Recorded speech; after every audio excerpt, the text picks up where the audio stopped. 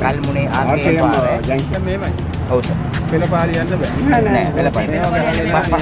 පස්වෙනි විතරයි පොස්ටර් රෝම බෙදෙනවා. නෑ. හරි. අනංගමන කතාවේ පා සර් මේ සර්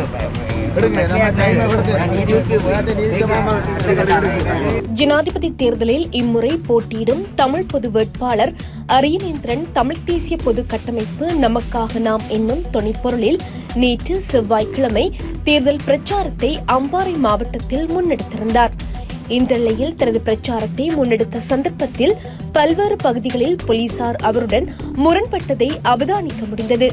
தனது பிரச்சாரத்தை பெரிய நீலாவணை முருகன் கோயில் முன்றிலிருந்து ஆரம்பித்த வேளை பூஜையில் ஈடுபட்டார். பின்னர் மற்றொரு பிரச்சார நடவடிக்கைக்காக செல்வதற்கு தயாராகிக் கொண்டிருக்கும் போது அங்கு வந்த பெரிய நீலாவணை போலீஸ் நிலைய பொறுப்பதிகாரி மற்றும் விசேட அதிரடி படையினரின் இடையூறினால் முரண்பாடுகள் ஏற்பட்டிருந்தன. பின்னர் கல்முனை ஆர்கேஎம் சந்தி, கல்முனை தரவை பிள்ளையார் முன்றல் உள்ளிட்ட காரதீவு கண்ணையம்மன் கோயில் பகுதியிலும் தேர்தல் பிரச்சாரத்தின் போது இவ்வாறு அழுத்தங்கள் தொடர்ந்ததுடன் பாதுகாப்பு தரப்பினரால் தீவிரமாக கண்காணிப்புக்கு உள்ளானார். தமிழ் பொது வேட்பாளரை ஆதரிக்கின்ற நமக்கு நாமே என்கின்ற அந்த தேர்தல் பிரச்சார பணியை நாங்கள் கடந்த மாதம் 23ஆம் தேதி பொடிகண்டியிலே ஆரம்பித்து பொத்திவில்லை நிறைவடைவதற்கான பிரச்சார பணியை சகல மாவட்டங்களில் 8 மாவட்டங்களில் நாங்கள் ஆரம்பித்திருந்தோம்.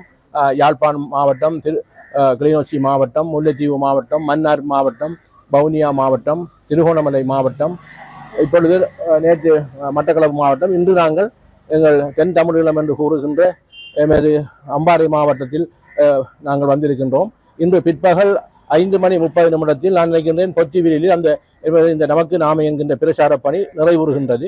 நிறைவிட்டாலும் கூட எங்கள் அடுத்த கட்ட பிரச்சார பணிகளை நாங்கள் கூட்டங்கள் நடத்துகின்ற மாவட்ட ரீதியான கூட்டங்கள் நடத்துகின்ற போது நான் வேட்பாளர் என்ற ரீதியிலே நான் கலந்து கொள்ள இருக்கின்றேன். அதைவிட எங்கள் 8 மாவட்டத்திலும் ஏறக்குறைய 300 பட்டாளர்கள், தமிழ் தேசிய உறுப்பினர்கள், இலங்கை தமிழ் கட்சியின் உறுப்பினர்கள், ஏனைய தமிழ் தேசிய கட்சி உறுப்பினர்கள், பொது கட்டமைப்பு உறுப்பினர்கள் என்று பல்வேறுபட்ட பிரச்சார பணி தொடர்ச்சியாக இடம்பெற்றுக் கொண்டிருக்கின்றது. ஆகவே இன்னும் நாங்கள் ஒரு 7 நாட்கள் தான் இந்த பிரச்சார பணி 18ஆம் தேதி நள்ளிரவு 12 மணியுடன் நிறைவுற இருக்கின்றது. ஆகவே நாங்கள் சென்ற இடமெல்லாம் மிகவும் சிறப்பாக இருக்கின்றது. எல்லோரும் சங்கு சின்னத்துக்கு வாக்களிக்க வேண்டும் என்று உத்வேகமாக அவர்கள் பணியாற்றி கொண்டிருக்கின்றார்கள்.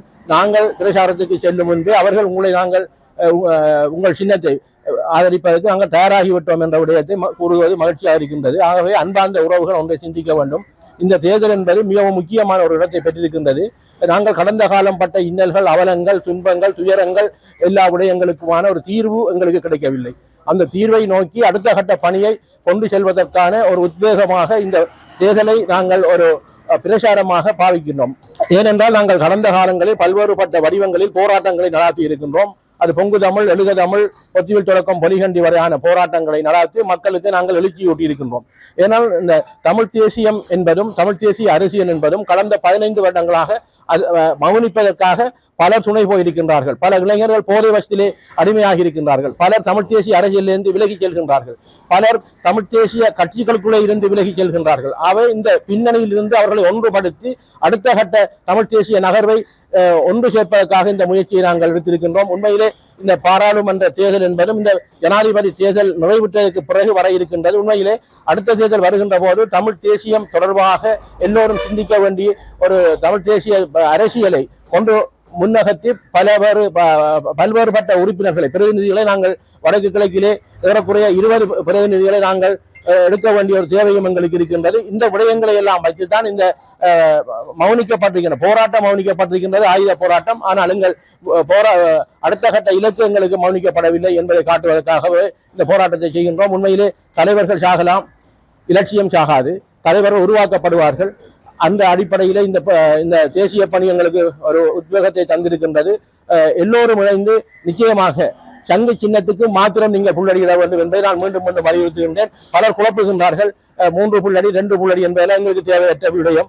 எங்களுக்கான இலக்கு என்பது ஒரு புள்ளடி, ஒரே இலக்கு, ஒரே சின்னம், அது சங்கு சின்னம் தான் என்ற விடயத்தை நீங்கள் மனதில் வைத்து எல்லோரும் அதில் அக்கறை காட்ட வேண்டும். நாங்கள் இப்பொழுது வடகிழக்கை நாங்கள் பிரச்சாரம் செய்தாலும் கூட எங்கள் மலையக உறவுகள் எங்களை வருமாறு அன்பு கட்டளை எடுத்துக்கொண்டிருக்கின்றார்கள். நேற்றும் கூட எங்கள் உறுப்பினர்களுக்கு அந்த தயவு செய்து வாருங்கள், கட்டாயம் வாருங்கள் என்று கூறினார்கள். வெள்ளவத்தியில் இருக்கக்கூடிய எங்கள் உறவுகள் கூறினார்கள். தென்பகுதியில் இருக்கின்ற பலர் கூறுகின்றார்கள். உண்மையிலே அவர்கள் எல்லாம் நாங்கள் வரவேற்கின்றோம். ஆனால் எங்களுக்கு நேரம் போதாமல் இருக்கின்ற காரணத்தினால் அந்த பிரச்சார பணியிலே அங்கு செல்வதற்கு முடியாமல் இருந்தாலும் கூட அவர்களிடம் நாங்கள் அன்பாக கேட்கின்றோம். எங்கள் கொள்கை ரீதியாக உங்களுக்கு நம்பிக்கை இருந்தால் இந்த தேர்தலிலே இந்த வடகிழக்கு இணைந்த ஒரு தமிழ் பொது வேட்பாளர் நிறுத்தப்பட்டிருக்கின்றார். அவருக்கு நீங்கள் ஆதரவு கொடுக்கின்ற போது ஒரு உங்களின் தேவைகள், அதாவது மலையக மக்களை பொறுத்த மட்டில் எப்பொழுதுமே தமிழ் தேசிய அரசியல் என்பது மலையக உறவுகளை விலக்கி நாங்கள் இந்த விடயங்களையும் இந்த அரசியலை நாங்கள் செய்யவில்லை. ஆகவே அந்த அந்த விடயத்தை எங்கள் மலையக மக்களும் எங்களுக்கு உதவ வேண்டும், அவர்களும் தங்கு சின்னத்துக்கு வாக்களிப்பார்கள் என்று இதில் நான் கேட்டுக்கொள்கின்றேன். அரசியல் கட்சியை சேர்ந்தவர்கள் பலர் கோரிக்கை விடுவார்கள். ஏன் எங்கள் தமிழக கட்சியை சேர்ந்தவர்களும் விளைவை சொல்லித்தான் சொல்லியிருக்கிறார்கள். ஆக அது அவர்களின் கடப்பாடு, அவர்களின் உரிமை அதை கூறுவது, அதை நான் கேட்பதற்கு தயாரில்லை. ஏனென்றால் இந்த தேர்தல் புறக்கணிப்பு என்பது உண்மையில் அதை ஏற்றுக்கொள்ள முடியாத ஒன்று. ஏனென்றால் அது ஒரு ஜனநாயக விரோதம் என்று இப்பொழுது இலங்கையில் இருக்கக்கூடிய போலீஸ் கூட அதை தடுத்துக் கொண்டிருக்கின்றார். ஆகவே நாங்கள் அந்த மற்றவரின் அரசியலில் அவர்களின் ஜனநாயக உரிமையாக அதை நாங்கள் பார்த்தாலும் கூட அவர்கள் கூறுவதை கூறிக்கொண்டிருக்கின்றார்கள். ஆனால் மக்கள் வாக்களிப்பதற்கு இப்பொழுது தயாராகிவிட்டார்கள். அதுதான் இப்பொழுது நாங்கள் பார்க்கக்கூடியது. அதை சந்தி சின்னத்துக்கு வாக்களிப்பார்கள். இந்த வாக்களிக்கின்ற போது இந்த புறக்கணிக்க சொன்னவர்கள், என்னை நிராகரிக்க சொன்னவர்களுக்கு எல்லாம் ஒரு பாடம் கிடைக்கும் நான் நினைக்கிறேன்.